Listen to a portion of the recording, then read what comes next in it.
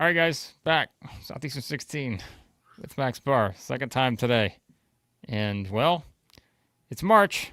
Um, it's March. We said it earlier. I mean, you just got to expect these things at this point, right?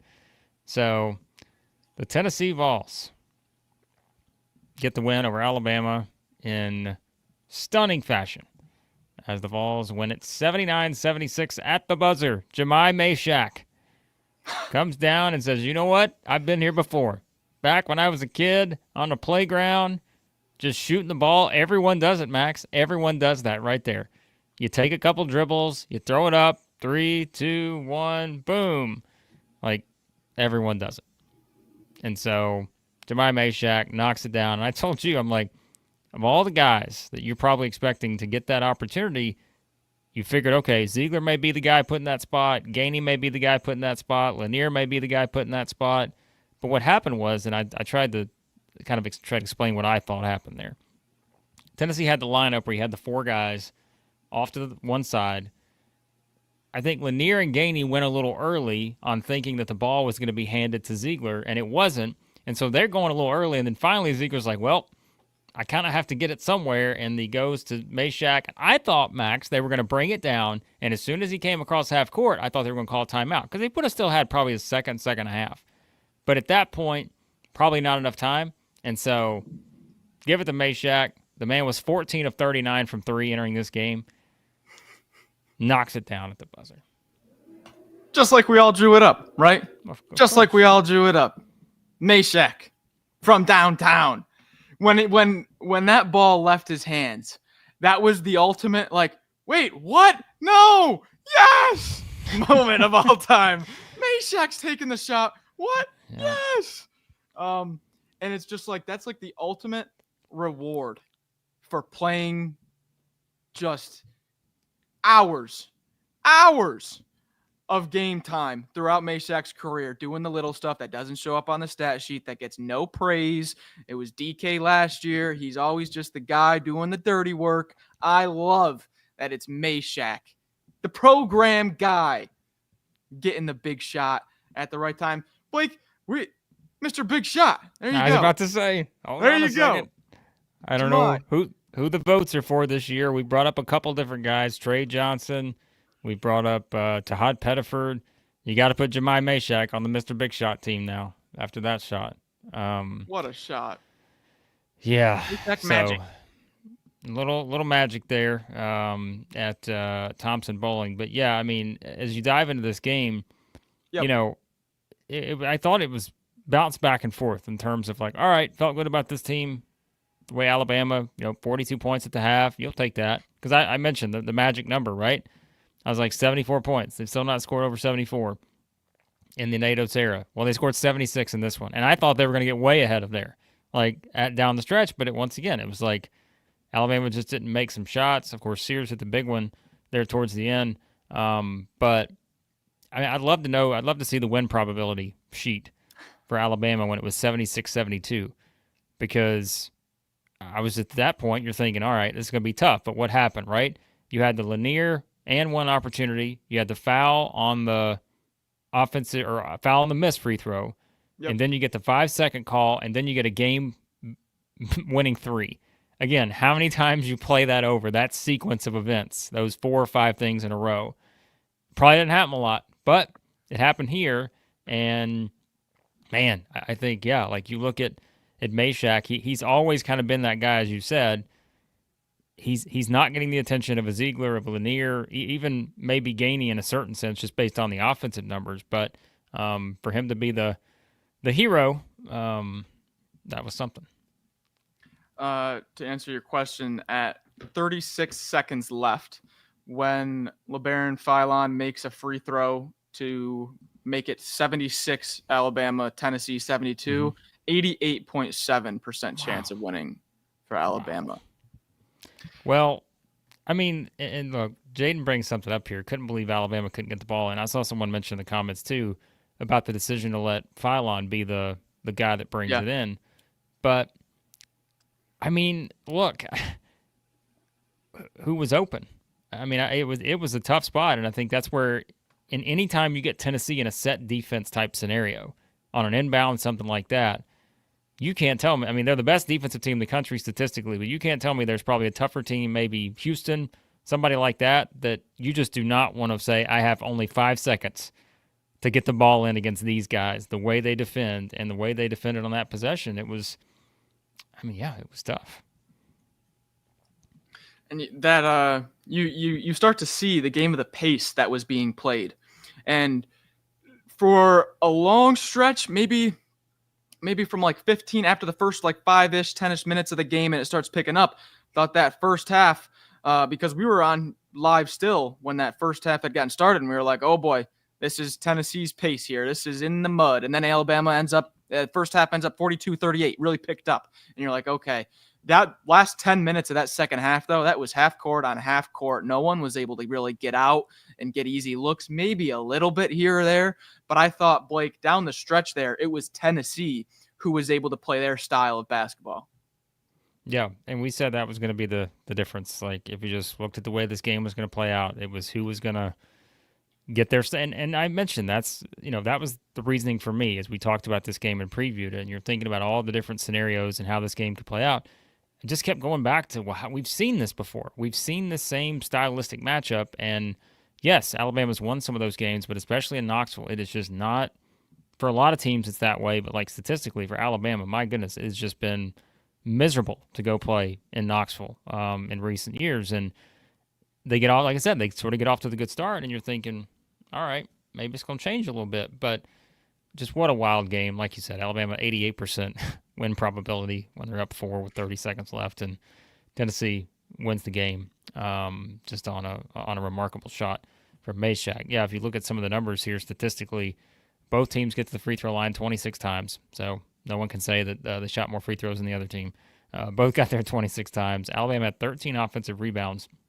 I wish I could probably find the second chance points in front of me, but it felt like a lot of loose balls, a lot of 50-50 balls. Alabama would get some of those and maybe have some extra opportunities. But, yeah, I mean, I think it's just one where I think you look at this and, like we said, this is probably, and we'll talk about the seeding ramifications. I would say this game probably played out about as we expected, Max, just in terms of you didn't think this was going to get into the 80s, the 90s, anything like that. But it became a situation where, who's going to, like you said, sort of impose their will there down the stretch. And it's Tennessee. And, yes, I know a lot of Auburn fans, we're going to get to the Super Chats in a second, with the win. Auburn now the sole regular season champion in the SEC. One more reason why this is such an impressive win for Tennessee is because of the way they did it. They did it without kind of dominating the physicality. It was mid-range Gainey there in that second half. Looking at like automatic, just getting to his spots, weaving in and out, under control, just at his own pace. He could every half-court possession there for the last 10-ish minutes, Gainey got to wherever he wanted to go. He didn't always make the mid-range. He made most of them. But wherever Gainey wanted to get on the offensive possessions, he'd be able to find his way there. Pull up, pump fake, floater, dish out, do whatever he was doing.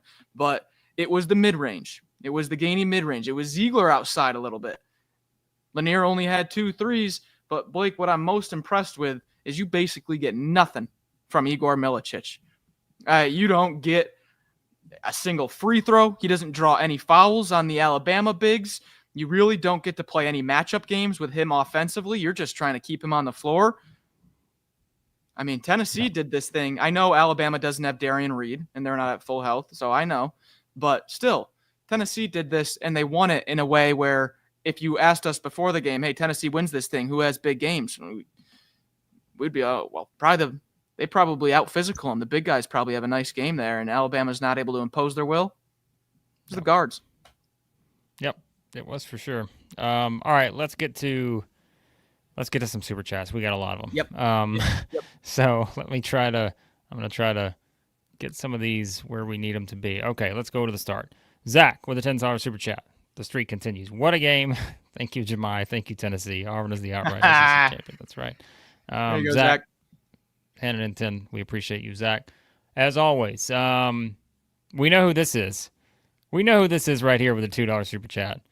It's Reese, jumping in on a Tennessee Saturday night, as Reese says. So appreciate that. Ryan with the $1.99 super chat. Ryan, I know you swapped 2 letters for a reason, and we appreciate your contributions. Something about Alabama. There was a 4-letter word in there somewhere, and we appreciate you hopping in on that. Bruce Pearl's Gucci bag, who we just left off with on the last stream, was giving us a little money. Apparently another 5 in there. Great day for Auburn, he says. Yeah, I mean, James weighing in, $10 super chat. We appreciate it, James. Mashack earned that with a couple of great possessions for the shot as well. Yep, the defensive possession there. Yeah, he literally made every play down the stretch. The glue and culture guy. That's it, Max. Don't just call him the glue guy. Don't just call him the culture guy. He's both. He's both. To my Mashack. There you go. So, Josh weighing in with $5.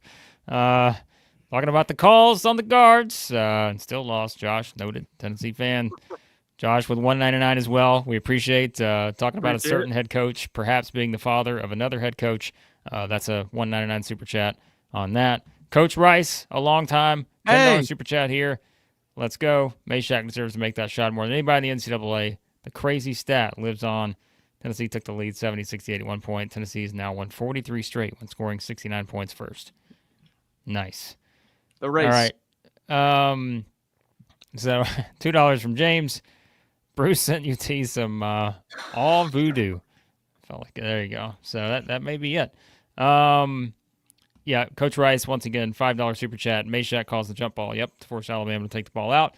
5-second call, hits the 3. What a sequence there down the stretch. Big Baller Brett wants to know, can we skip this segment? $2 super chat from Big Baller Brett.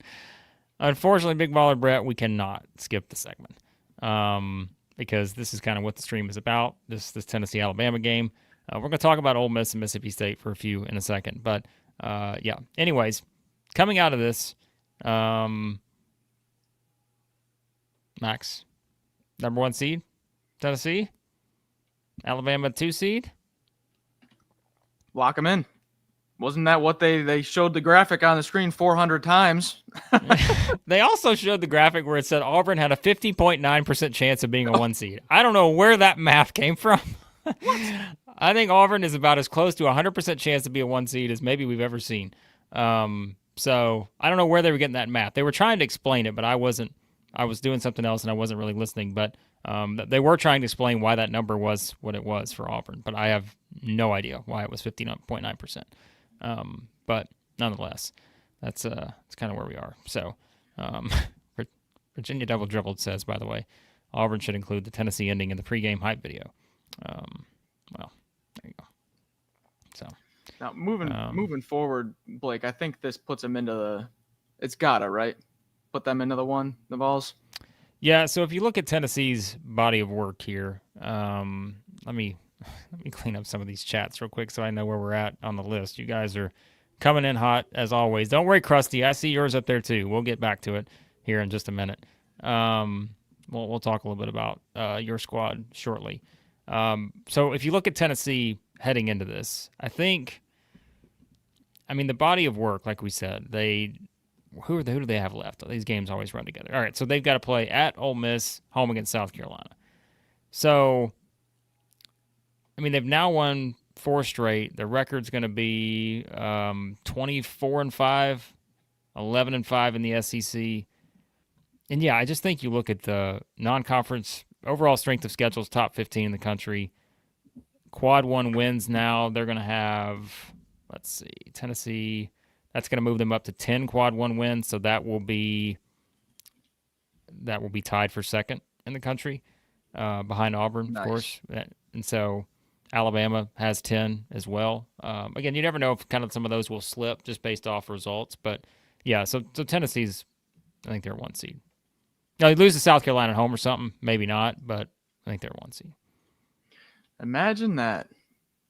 You go to the tournament with a historic, program historic type of player with Dalton Connect DK, goes to the Lakers. You lose a LA Laker as a 2 seed.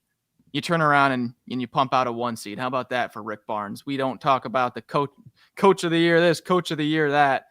How about Rick Barnes reloading after losing DK, Triple J, Adu, all those guys, Awaka, reloading and sending the Vols as a 1 seed? How about that? Wow.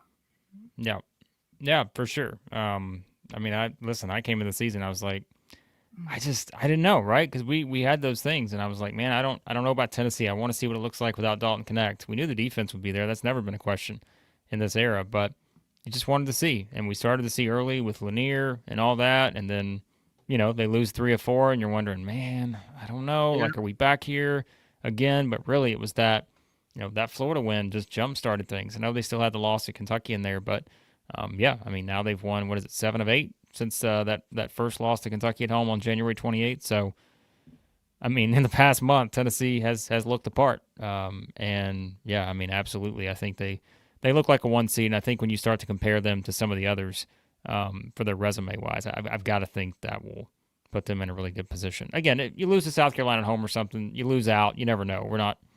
I think that can obviously change things, but that's not the game we're playing necessarily here. So, all right, let's get to a couple more things. Go ahead, Max, then I'll bring up the other stuff. I was just going to say, for Alabama, Blake, you had mentioned it, I think, about 2 weeks ago, and I had not thought of the idea yet. And when you brought it up, now it hasn't been able to leave my mind.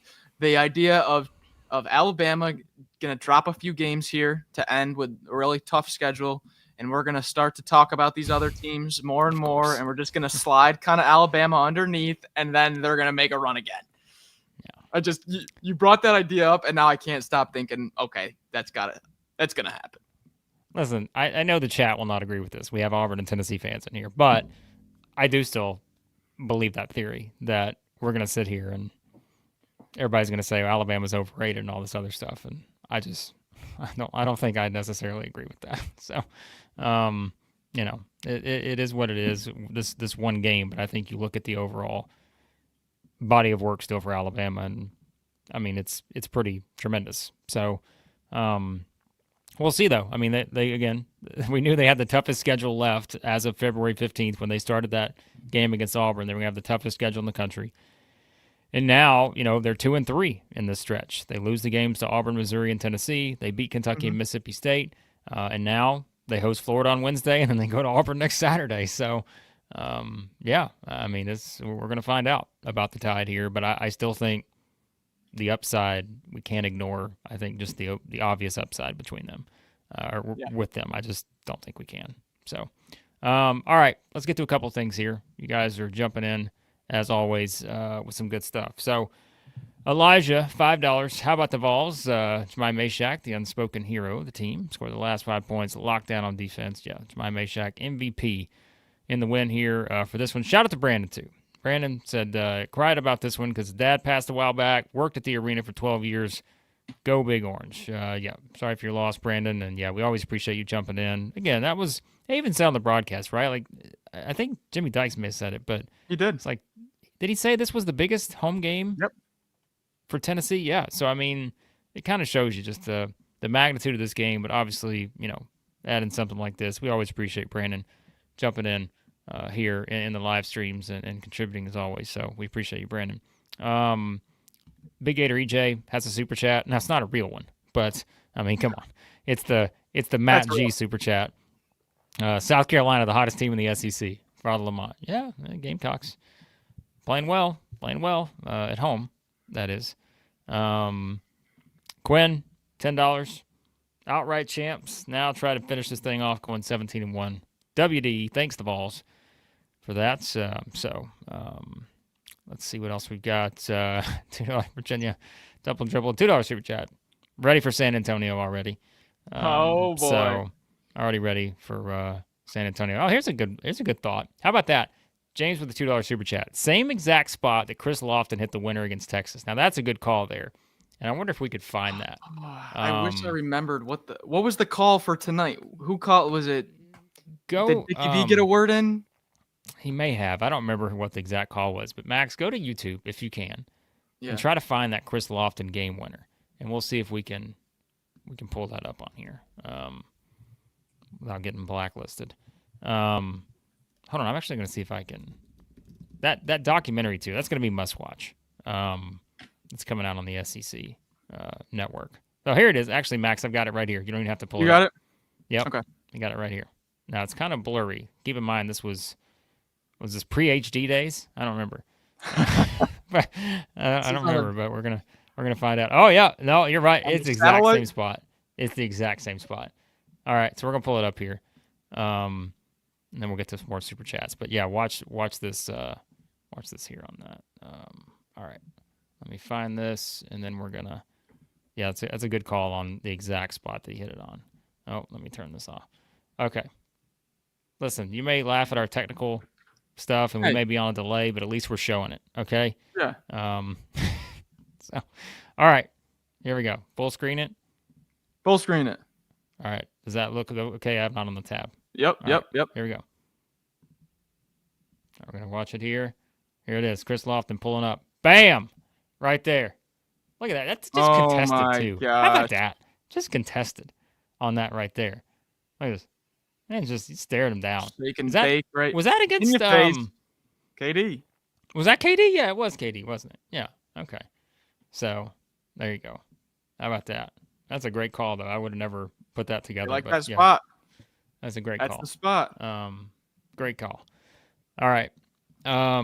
We appreciate that. So let's see if what else we got. Yeah, it was over Durant. Sorry, I was like, man, yeah. Be sure to watch the Chris Lofton documentary. That's going to be fantastic.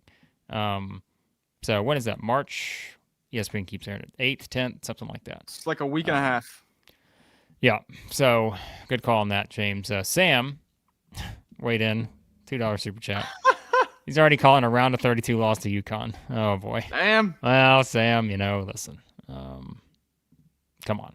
Have some confidence, but that's all right. We know Sam can be the ultimate pessimist here. That's fine. All right. Josh had a $5 super chat. Gonna ask a serious question. A game like this could seep into to Bama's psyche in March and do the opposite for Tennessee. What do you think, Max? What do you think about that idea? Seep into the team's psyche. Like, does this game really, rock all of a sudden, does this give Tennessee the rocket, ship? Yep. And meanwhile, Alabama's like, oh, man, this one kind of the hangover effect, maybe. I feel good about both teams coming out. I like how Tennessee was able to do it with really getting nothing from Milicic. I mean, that's a guy that they lean on big time for some offense when the shots aren't falling. And then for Alabama, I'd say it's more so of like Sears needs a little bit of help. I mean, the guy's out there with like ice bags on him like he's in the middle round of a heavyweight title fight. He's cramping up, getting electrolytes. Last year, it was Estrada to take a little bit of that ball handling off of him. Philon is doing what he can. Holloway doing what he can. But for Alabama, I would just like another guard to take those reins a little bit, kind of like Estrada did last year. I feel like they're missing Estrada right now as they're playing these big-time games and playing long 40-minute games that are just brutal on the physicality. Sears didn't have his legs there at the end. He just didn't have the legs. Yeah.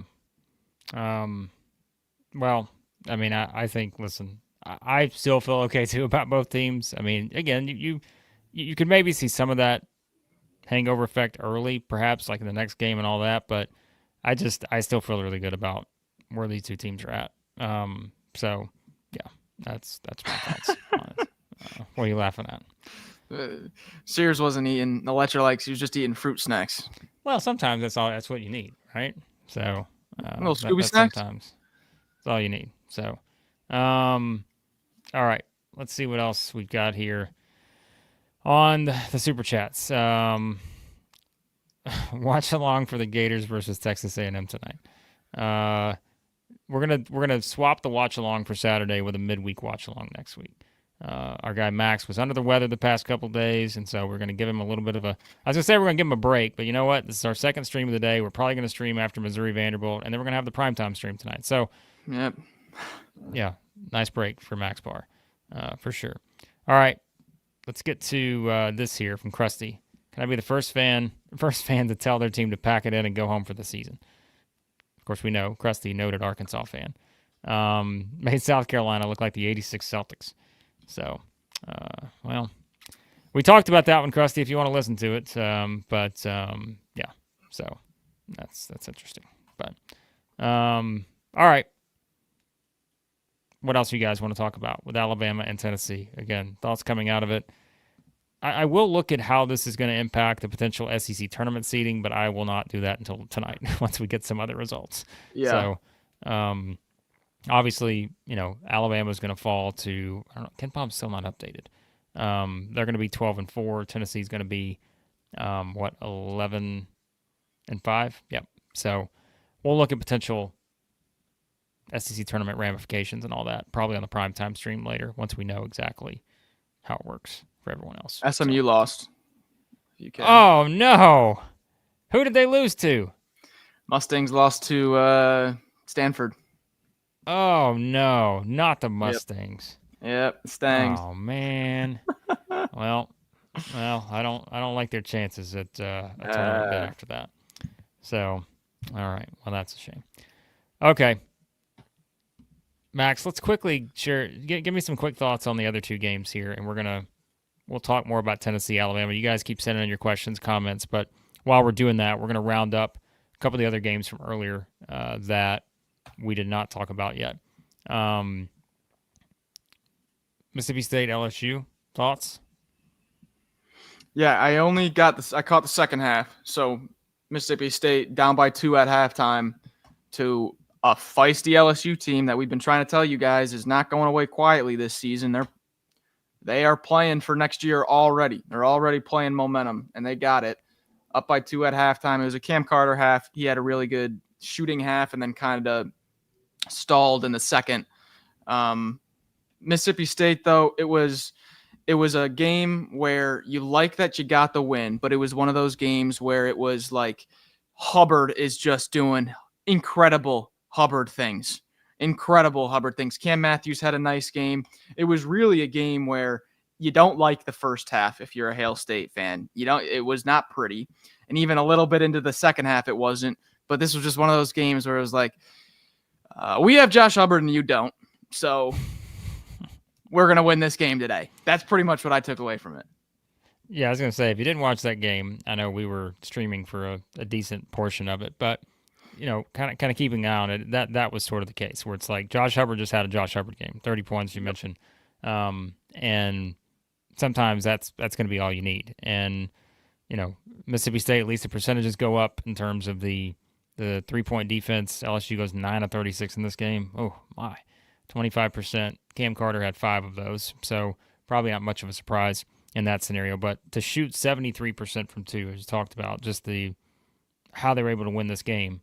Just kind of the story here, I thought. And, it's 1-2. Like we said, LSU had been kind of a tough team. And, you thought they would come in and have a shot to make this interesting. And they did early on, without question. But eventually, you just kind of expect a team like Mississippi State just kind of went out. And like you said, if you have a guy like Josh Hubbard, that changes things a little bit. Yeah, good win for Mississippi State. Because now I think... Where do they sit in terms of the standings? They're back to 500 in league play, so it's a good spot to be in. And now they're kind of in that. Kentucky's 8-8, which Kentucky holds the tiebreaker right now. If Vanderbilt wins, they would also be 8-8. So you kind of got those teams that are still slotted in that same category. But there is a little room for upside now, since Ole Miss is 9-7. A&M could fall to 9-7 if they lose tonight. So all of a sudden, those teams, you're talking potential to maybe get up to a 6 seed or something, depending on how this next week plays out. So we'll see how it goes. But just look at Mississippi State here in February, because we were real hard on them to end January. Losses to Mizzou, Florida, Alabama. The rough one was Oklahoma on the road, but still Oklahoma on the road. It's not going to be bad metrics-wise. Wins over A&M, LSU, Ole Miss, and Georgia. Yep. Not a bad February, not a great February, but not a bad one. Much better than the January to start SEC play. Like the way the Bulldogs are trending here. All right, and just quickly on the Bulldogs, they are going to finish with Texas and Arkansas, as noted, and that Arkansas one will be on the road. So LSU, meanwhile, at Kentucky and then home against A&M. So, and keep in mind, something we have to consider. There still is the chance that South Carolina could jump LSU for that 15-16 spot now that the Gamecocks have a couple wins. So interesting. Notable. notable. Yes, Matt, wrong place. We did do the Kentucky-Auburn stream earlier, as you know. So if you guys want to hear us talk about that game and the South Carolina game against Arkansas, we did that in a stream. I don't know when that was, an hour or two ago. Who knows? It all runs together on Saturdays. Go check that out.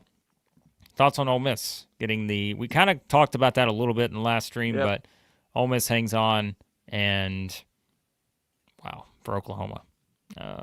4-12 in the SEC. Still on the bubble, maybe. I mean, they may still be on the bubble, but that's a tough one. Big shot by Sean Pedulla. You're looking for, hey, it is Mr. Big Shot. You can tell it's March. We're having Mr. Big Shots pop up left and right now. You can tell they know. They know it's March. You can feel it in the air. Yeah, huge shot, massive shot, game like seed line changing shot there by Sean Pedulla at the end. You just gotta feel for the Sooners. I mean, they're probably going to miss the tournament now, and they have just gotten I think screwed's the wrong word, but they have just come so close so many different games, and it hurts to see this team on the outside looking in right now, knowing they've been right there so many different times. For Ole Miss, though, hey, they needed this one. Lost 3 straight. You're at home here. You get Tennessee on Wednesday. You need a pick-me-up before that game. Big time, crucial win for Ole Miss. And moving forward, Blake, what are you feeling here for the Sooners? I just don't think they're going to make the tournament. I don't either. I just don't see it. I mean, look, that's the thing, though, right? We're like, could that 1-point loss to Kentucky sort of break them? Well, it didn't. They went to Ole Miss and had a chance to win, but does this one break them? Does 2 in a row like this just completely break you? Remember, I know it looks crazy that Oklahoma is on the bubble with a 4-12 record in the SEC, but you have to count in the 3 non-conference wins that are doing so much work for them, and I think it's just a matter of now, could they win the last 2 and get in? Honestly, probably so. Like, I truly mean that. Like, I think they could go 6-12 and probably get in. Because you said it. SMU lost. Like, Wake Forest had the loss the other night. Other teams are losing. Like, so they're going to stay right there in the conversation, and we keep saying, who are the teams that have the best chance with the best opportunities available left? And I mean, Oklahoma game against Missouri, my goodness, that's huge. You know, at Texas, that's a huge win on the road if they beat them on the road. Yeah. But, you know, then you have the teams now like Xavier who beat Creighton today, right, by 20-something. Xavier's in a good spot. You got Boise State that's sitting there. You know, teams like that. So they can't drop another game. Absolutely cannot. No, they have to win out. Yeah, there's no question. So, no question. One thing I wanted to bring up too, though, was Chris Beard said in his post game, he said Porter Moser is one of the best coaches in the entire country. Mm-hmm. And if you look at the job he's done this year with the roster that he has, isn't Jeremiah Fears still 17 years old? If he's think about where we picked him. We were having the conversation coming into when we did our preseason rankings. Like, we don't care. We can tell people. We were definitely at a point, probably a week before we made our rankings, that we were picking them 16th. Because we looked at the roster and said, I just don't know. I think I could pick 15 other rosters ahead of them and be fine with that. And, I mean... No, okay, he just turned 18 in October. But you've got Fears, you've got Jalen Moore, and then you pretty much just scrapped together a squad. And you're battling there on the bubble in the SEC with probably one of the least talented rosters in the league. I mean, how about Dayton Forsythe coming on, Blake? I've been trying to ring the bell for Dayton. He has career high 25 points today. I mean, I don't want to stay too long on this game, but I know that Moser's been getting some heat, some is he going to be there next year, this or that? When other coaches around the league are saying like, this is one of the best coaches in the nation, I hope he gets another chance. All right, we'll see what happens there. Josh, $2 super chat. He wants Auburn. The Vols want the Tigers. That's what he says. A rematch, 53-51. Mother Carol checking in on you, Max. $5 super chat. Asking if you got a fever. I probably do. I didn't get it checked, but Max has got a fever. It's called college basketball. That's his fever. Feel great. Listen, we're working Max to the max here today. It's March. It's March. He'll get a nice day off tomorrow. Yep. Only a couple more. We're halfway through, Max. We're halfway through. Yep. Look at it that way. Vance brings up a good point here I thought from earlier. And this is the debate we've had. He says he wouldn't mind if Tennessee lost the first game in the SEC tournament. Want Tennessee to make the Final Four. That's all that matters. I'm telling you, these are discussions we're going to have about this SEC tournament when we start to see what the seeding looks like for some of these teams. Does anyone want to win this tournament? I don't think I've seen one team say, like, let's play every game and win it. No one cares. Like, no one wants to win this thing. It's going to be great basketball, but this is the kind of year. And look, we can't say that every year. We cannot say this every single year, even though we do think the committee doesn't really value it at all. But we can't say that every year it's a situation where I'm not going to call it meaningless. Because look, Jacob says it right here. Come on. The Tigers want the double, all right? They want both. They don't want just a regular season title. They want the tournament title too. And that's fine. I mean, you're playing to win the game here, right? But if we're talking what this thing means for the top-tier teams, because as Mother Carol brings up, the Gamecocks want it. Yep. How about that? Let's get the Gamecocks stealing a bid. Oh. Can we do that? Sign me up. Give me Lamont Paris. Father Lamont stealing a bid from somebody out there. No question.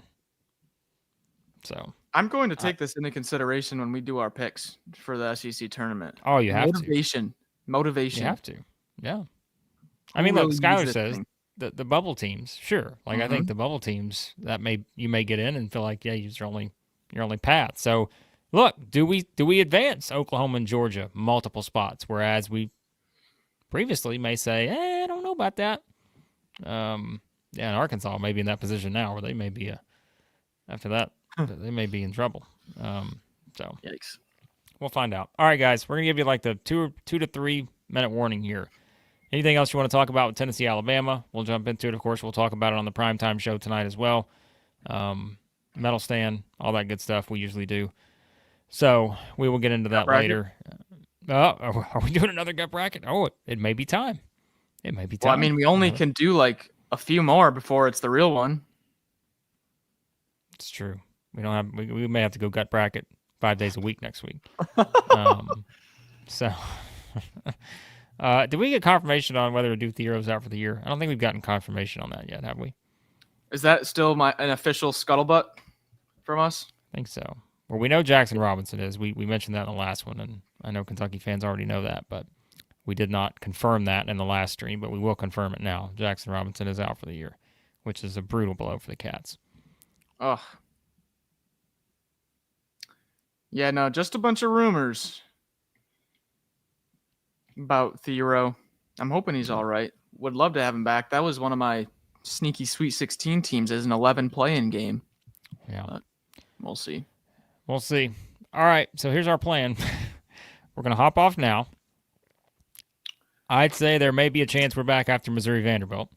Because I know we got a lot of Missouri fans who like to jump in the streams. So may do that, and then we may be back for an abbreviated primetime show a little bit later on tonight. So that may be our plan. So, or you don't have to join in, as Matt says. This stream sucks.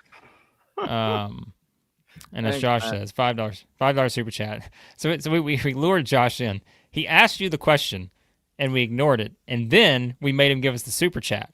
So then we had to say, all right, that's the rule here, Josh. If you're going to ask these kind of questions, you got to pay for it. Wants to know if you were in a 1970s skin flick, Max. People are asking, he says.